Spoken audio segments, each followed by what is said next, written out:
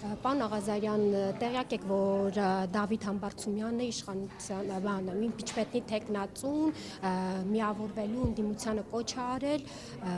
ինչ կարծիք ունեք, դուք կմիանաք նրանց?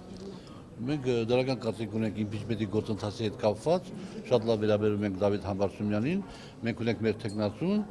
քննարկումների արդյունքում երևի գանք ինչ-որ եզրակացության։ Ձեր թեկնածուն ով էր? Էդմոն Մարուկյանը։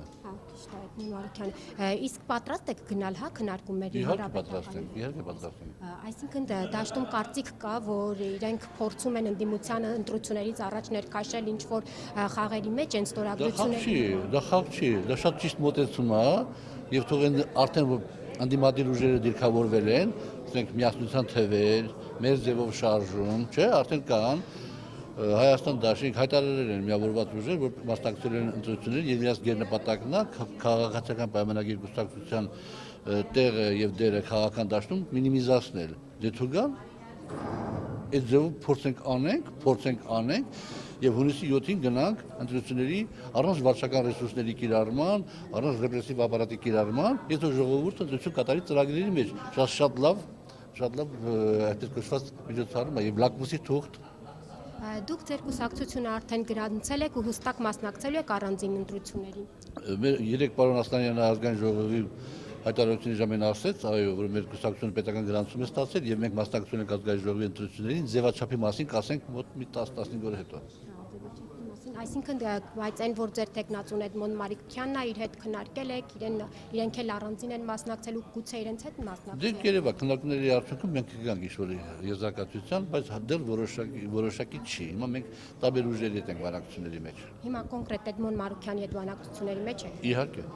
Մյուս ընդդիմադիր ուժերից էլ ում հետ եք բանակցությունների։ Չասեմ, եթե կարելի է։ Չէ, քանի անուն օրինակ։ Չէ, հարմար չեմ գտնում։ Դե բանը այս բան նպատակարար չեմ գտնում ասել։ Կարամ ասեմ ում հետ չենք համագործակցում, եթե դա հետաքրքիր է։ Ում հետ չեք համագործակցում։ Չենք համագործում Հայաստան դաշինքի հետ, չենք համագործակցում ՀԱԿ-ի հետ, չենք համագործակցում ասենք մեր միասնության թևերի հետ։ Սա չկա այդ շփումները չկա, բանը չկա,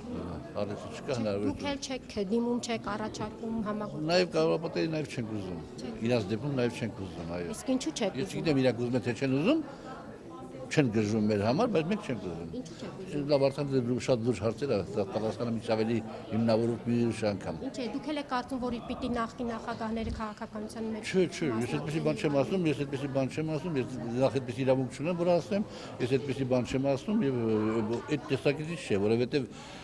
իմ քաղաքական կենսագրությունը, ասենք, եղել է հենց նախկին ղեկավարների վրաց քաղաքականության, տնտեսական, արտաքին եւ այլ ներքին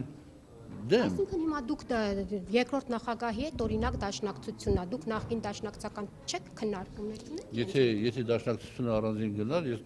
կարող եմ խնդրեի, որ իրանք հնարավորություն տան, որ իրանցեն ես քննարկեի, բայց քանի որ